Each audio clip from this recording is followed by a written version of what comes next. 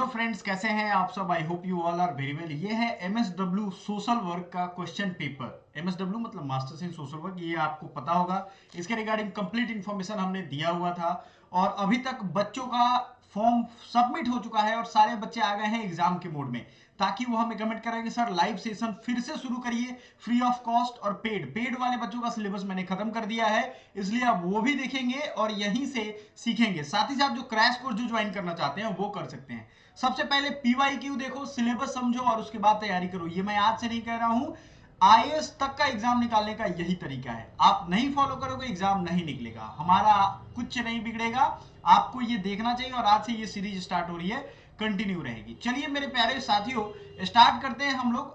हम स्किप कर रहे हैं पार्ट ए। पार्ट ए में क्या है, जो नॉर्मल सबके लिए था पार्ट ए। पार्ट बी यानी जो 25 के बाद के क्वेश्चन होंगे वो क्या होंगे, वो होंगे आपके डोमेन वाले। तो अगर आपको पार्ट 20 पार्ट ए देखना है तो हमें कमेंट करो, पार्ट ए का भी बना देंगे। कुछ मुश्किल नहीं होता है उसमें, जीके जीएस मैथ रीजनिंग थोड़े बहुत सवाल होंगे। आप सबके लिए हम टोटल डेडिकेटेड हैं, आपका कर देंगे। ठीक है मेरे प्यारे स्टूडेंट्स, आइए पार्ट बी सोशल वर्क का पहला क्वेश्चन क्या देखते हैं। हर क्वेश्चन को आपको इत्मीनान से देखना है। देखिए आज शुरुआत करना था, आज बहुत बढ़िया दिन है। आज से ये डेट याद रख लो, आपके एग्जाम डेट में कितने दिन बच गए हैं और रोज टिक करो। इतने दिन पढ़ लिए, लाइफ बदल जाएगी आपकी, जहां अभी हो वहीं से। पहला क्वेश्चन है, क्वेश्चन नंबर 26 की हम बात कर रहे हैं। ठीक है देखो, which of the following statement are true. अच्छा, ये हमें कमेंट करके जरूर बताना कि आप हमें से हिंदी वाले कौन है, इंग्लिश वाले कौन है।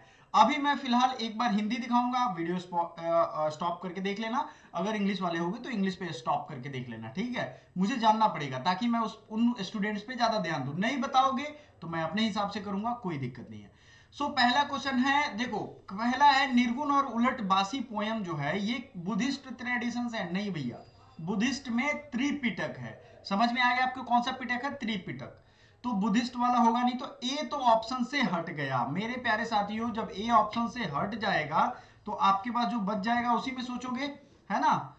मेरी जो चिंता है सबसे ज्यादा आप लोगों के लिए कि आप पढ़ो अच्छे से और एग्जाम भी देने का तरीका समझो।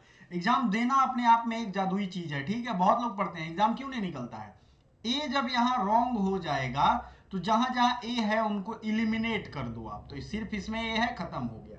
बाबा Guru Nanak had set up rules for congregation set up, यानी संगत। देखो आपको जिन बच्चों को मैंने पढ़ाया है ये चीज, उनको सिलेबस में पेड वाले में, उनको मैंने संगत और पंगत दो कॉन्सेप्ट पढ़ाया है। ध्यान से सीखो, संगत और पंगत।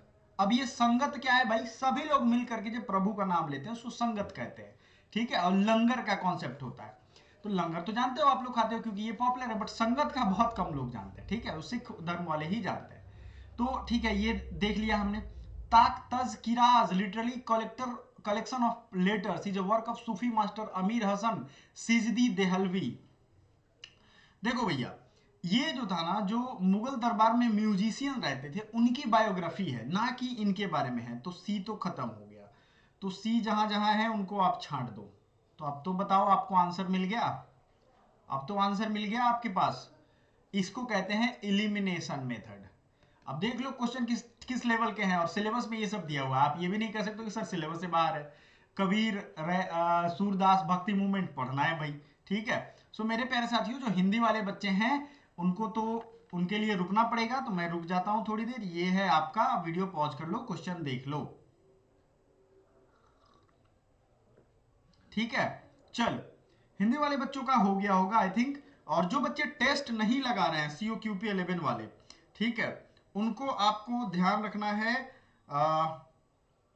ठीक है ना, जो बच्चे टेस्ट नहीं लगा रहे, क्योंकि मुझे उनका नोटिफिकेशन, उनका रिजल्ट और उनके ऐप डाउनलोड का मैसेज आता है कि उनका ऐप परचेज हो चुका है, वो सॉरी ऐप नहीं, कोर्स परचेज हो चुका है। तो जो बच्चे टेस्ट नहीं लगा रहे हैं, फ्री ऑफ कॉस्ट टेस्ट वो जरूर लगाएं, क्योंकि यही वो मौका है जिसमें आप फायदा उठा सकते हो।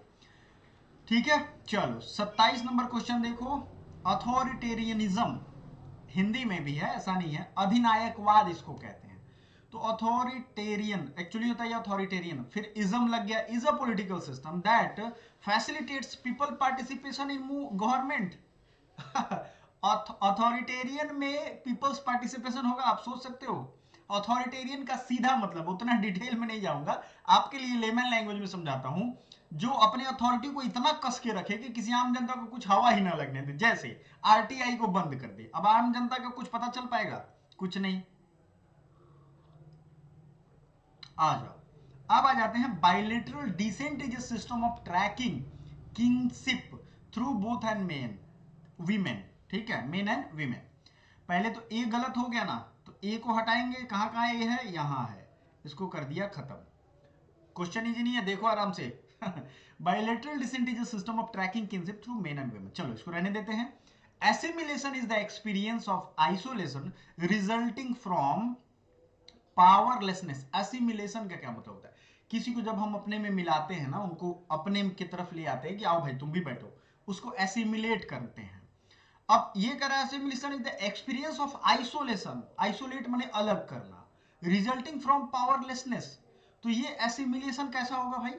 एसिमिलेट मतलब सबको मिला के चलना, तो एसिमिलेशन होगा, आपको लगता है? हिंदी वाले बच्चे देख लो, शक्तिहीनता से पैदा हुआ अलगाव का अनुभव ही आत्मसात करता है, सातकरण है। हिंदी वाला है भी थोड़ा कठिन, तो मुझे इसलिए इंग्लिश थोड़ा सा यहाँ पे ठीक लग रहा है, बट हिंदी वाले भी देख सकते हैं, ठीक है। सो यहाँ पे सी में हो गया डाउट। अब सी कहाँ कहाँ है? यहाँ भी है, तो ये तो हो गया खत्म, क्योंकि इसमें 5 स्टेटमेंट है इसलिए। A preoccupation with rules and regulation to the point of thwarting an organization goal is called bureaucratic authority. अब लो, यहां भी आप हो गए कंफ्यूज, इसलिए कि ये भी उल्टा दिया हुआ है। Preoccupation with rules and regulation to the point thwarting, thwarting मतलब उनको नष्ट करना, और हिंदी में देख लो, संगठित लक्ष्यों को हानि पहुंचाने की सीमा तक नियमों और विनियमों को प्राथमिकता देना नौकरशाही प्राधिकार कहलाता है। उल्टा लिखा हुआ है, तो ये भी कट गया। डी जैसे ही हटा, तो अब आपके पास एक ही ऑप्शन बचेगा, आंख बंद करके ऐसे क्वेश्चन में ऐसे कर दो। तो देखो मैं कह रहा हूं ना, ये सारा चीज आप पढ़ नहीं सकते हो, ये एग्जाम देने की कला है, ठीक है। कोई डाउट हो अगर इसमें, पूछिएगा जरूर, आपके लिए मेरे दिल का दरवाजा, मेरा यूट्यूब का दरवाजा, खिड़की सब खुला है। चलो बच्चों आगे आ जाओ।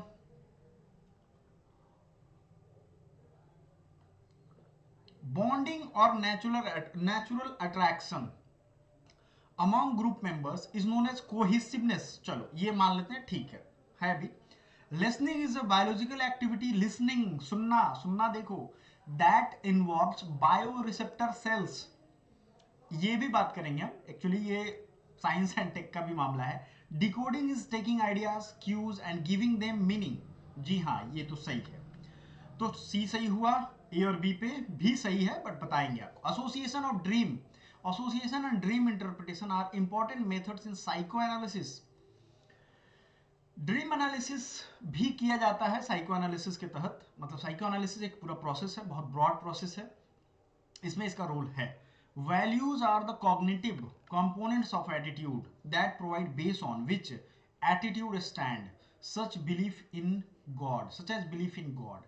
देखो वैल्यू के बारे में यहाँ ये स्टेटमेंट लिखा हुआ है। अब वैल्यू अगर आपने पढ़ी होगी सोशियोलॉजी में या सोशल साइंसेज में, या अभी भी आप गूगल पे सर्च करोगे, तो आप इसमें से आधा ही सही पाओगे, ठीक है। तो ई जहां जहां है उसको निकाल दो, और आपका जो था ई जहां जहां है वहां से तो इनको निकाल दो, तब आपके बच गए ये 3, बी सी डी और ए सी डी, यानी सी तो होगा, तो सी तो मैं कह ही रहा हूं दोनों में है, सी दोनों में कॉमन है, ठीक है। या तो ए सी डी होगा, या आपका बी सी डी। देखो लिसनिंग बायोलॉजिकल एक्टिविटी तो है, लेकिन ये बायो रिसेप्टर सेल्स के द्वारा नहीं होता, ये आपका जो फोकस होता है या जो आपके ऑर्गन्स होते हैं वो एक्टिव मोड में होते हैं। तो रिसेप्टर सेल्स का यहाँ कोई बहुत बड़े लेवल पे कहे तभी दिख पाएगा। समझ में आ रहा है आपको? तो ये जो है ए सी डी, समझ में आ रहा है? आई थिंक क्लियर है, ठीक है। 28 के बाद 29 हम देख लेते हैं। Who among the following attend the practice of sati on the basis of both appeals to humanitarian and natural rights doctrine as well as Hindu Shastra? Pandit Ramabai, Swami Vivekananda, Raja Ram Mohan Roy, M G Ranade.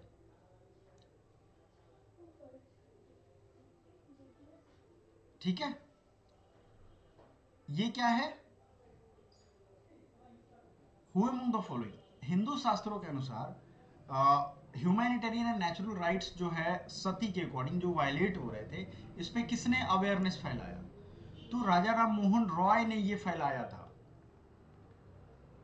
और हिंदू शास्त्रों के साथ साथ मानवतावादी, और उन्होंने कहा था कि हिंदू शास्त्रों के अनुसार भी सती गलत है।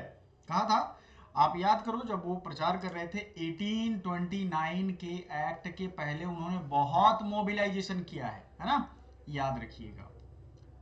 नेक्स्ट है, देखो ये क्वेश्चन कंप्लीट हो गया 30। अब आते हैं 30 number. Given below are the two statements, one is levelled assertion and reason का सवाल है, एक असर्शन होगा एक रीजन होगा। Assertion A, the availability of resources is a necessary condition for the development of any region, but more availability of resources is in the absence of corresponding changes in technology and institutions may hinder development. अब इसको समझो, सीधा ये जो question है वो बहुत लेंदी और बहुत टाइम कंज्यूमिंग होगा, तो एक एग्जाम हैक सीख लो जो एग्जाम में आपका टाइम बचाएगा। जब इतने बड़े स्टेटमेंट को आप एक बार पढ़ो और एक बार में ये ना बने तो छोड़ दो इसको, क्योंकि ये आपका 5 क्वेश्चन का टाइम ले जाएगा, मतलब 5 मिनट ले जाएगा। अब फायदा क्या मिलेगा, एक क्वेश्चन के बराबर। ये आखिरी में रखो, टाइम मिला तो इनको देखेंगे, लेकिन फिर भी ये क्वेश्चन आराम से आप पॉज करो, क्योंकि मैं चाहता हूं कि आप भी मेहनत करो। मैं इसका आंसर बताऊंगा तब जब आंसर तो आपको मैं कमेंट बॉक्स में मतलब कमेंट करोगे कि सर 30 क्वेश्चन का आंसर, तो मैं वहीं आपको पिन करके लिख दूंगा। लेकिन आप लोग मेहनत नहीं कर रहे हो, मैं देख रहा हूं, फ्री वाले हो या पेड वाले हो। तो ये क्वेश्चन आराम से रखो, हिंदी वालों के लिए भी लाके सामने रख देता हूं, और इसको सॉल्व करो, तब तो एग्जाम में आपकी औकात पता चले कि हाँ मेरी औकात कहां हूं मैं। ठीक है, चलो ये हो गया। अब 31 में आ जाओ। 31 भी असर्शन रीजन है, स्टेटमेंट्स एंड 1 एंड 2। ब्रह्मो समाज movement was started against the social evils customs and practice of Indian society like Sati system. ये तो सही है। It is often called the Protestant movement of Hindi religion and raised public opinion against practice of prohibition of window remarriage.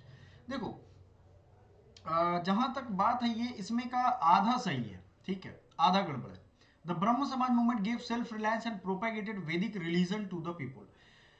ब्रह्म समाज का एक, आप याद रखिएगा, वेदों की ओर लौटो किसने कहा था? स्वामी दयानंद सरस्वती ने। ये ब्रह्म समाज से नहीं निकला है, स्वामी दयानंद ने कहा है।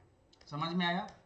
तो वैदिक रिलीजन की इन्होंने नहीं कहा है स्वामी, सॉरी, ये राजा राम मोहन राय ने, ये स्वामी दयानंद ने कहा है। तो दूसरा क्वेश्चन हो गया रॉन्ग। तो दूसरा कौन कौन रॉन्ग हो गया भाई? ये तो हो गया। अब देखते हैं कि पहला सही है कि नहीं। मैंने आपको कहा था कि ये वीडियो रिमैरिज पे फोकस नहीं था। वीडियो रिमैरिज जब भी आप पढ़ोगे ये मेनली सती और विमेन इमेंसिपेशन पे तो था, लेकिन वीडियो रिमैरिज पे बहुत फोकस नहीं था जिस हिसाब से यहाँ लिखा हुआ है। तो स्टेटमेंट 1 एंड 2 दोनों के दोनों गलत हो गए। ये स्टेटमेंट को अगर आप बाइफरकेट करोगे तो आप कंफ्यूज हो जाओगे, क्योंकि इसमें आधी चीजें सही है आधी चीजें गलत है। तो आप उस हिसाब से देखोगे तो फिर दूसरा गड़बड़ होगा, लेकिन जो मेजॉरिटी ऑफ चीजें देखी जाती हैं एग्जाम में आंसर में, वही आपको देखना है। समझ में आ गया? यस। नेक्स्ट इज, ये हिंदी वाले बच्चों के लिए है। चलो नेक्स्ट इज 32। स्टेटमेंट 1 कह रहा है the first professional school of social work sir Dorabji Tata graduate school of social work was set up in Mumbai by sir Dorabji Tata trust in 1936। ये कहां तक सही है? आप लोगों को मैंने बताया था, इसे पढ़ो, पढ़ा भी होगा आपने। इसे Tata institute of social science यानी टिस कहते हैं। बहुत बच्चों ने फॉर्म भी भरा है इसका और पढ़ाई भी वो कर रहे हैं। समझ में आ गया आपको? तो अब आपको जो समझना है ये क्लियरली समझिए आप, क्या कि आपको अगला सवाल देखिए। सर क्लिफोर्ड मैनस्राड, क्या नाम है इनका? सर क्लिफोर्ड यानी कि क्लीफोर्ड मैनस्राड, नाम आपको समझना है इसका, इनका क्या रोल है। An American missionary was first director. ये क्या फर्स्ट डायरेक्टर थे? बताइए।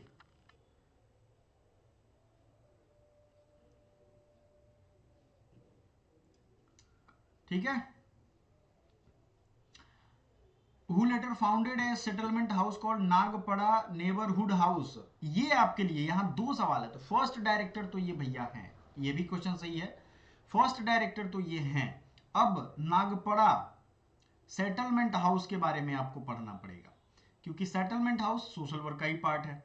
ठीक है, नागपड़ा सेटलमेंट हाउस। जल्दी से बताओ, बच्चे इसी में बीच में मैसेज करने लगते हैं ना, बड़ी दिक्कत आती है मुझे। ठीक है।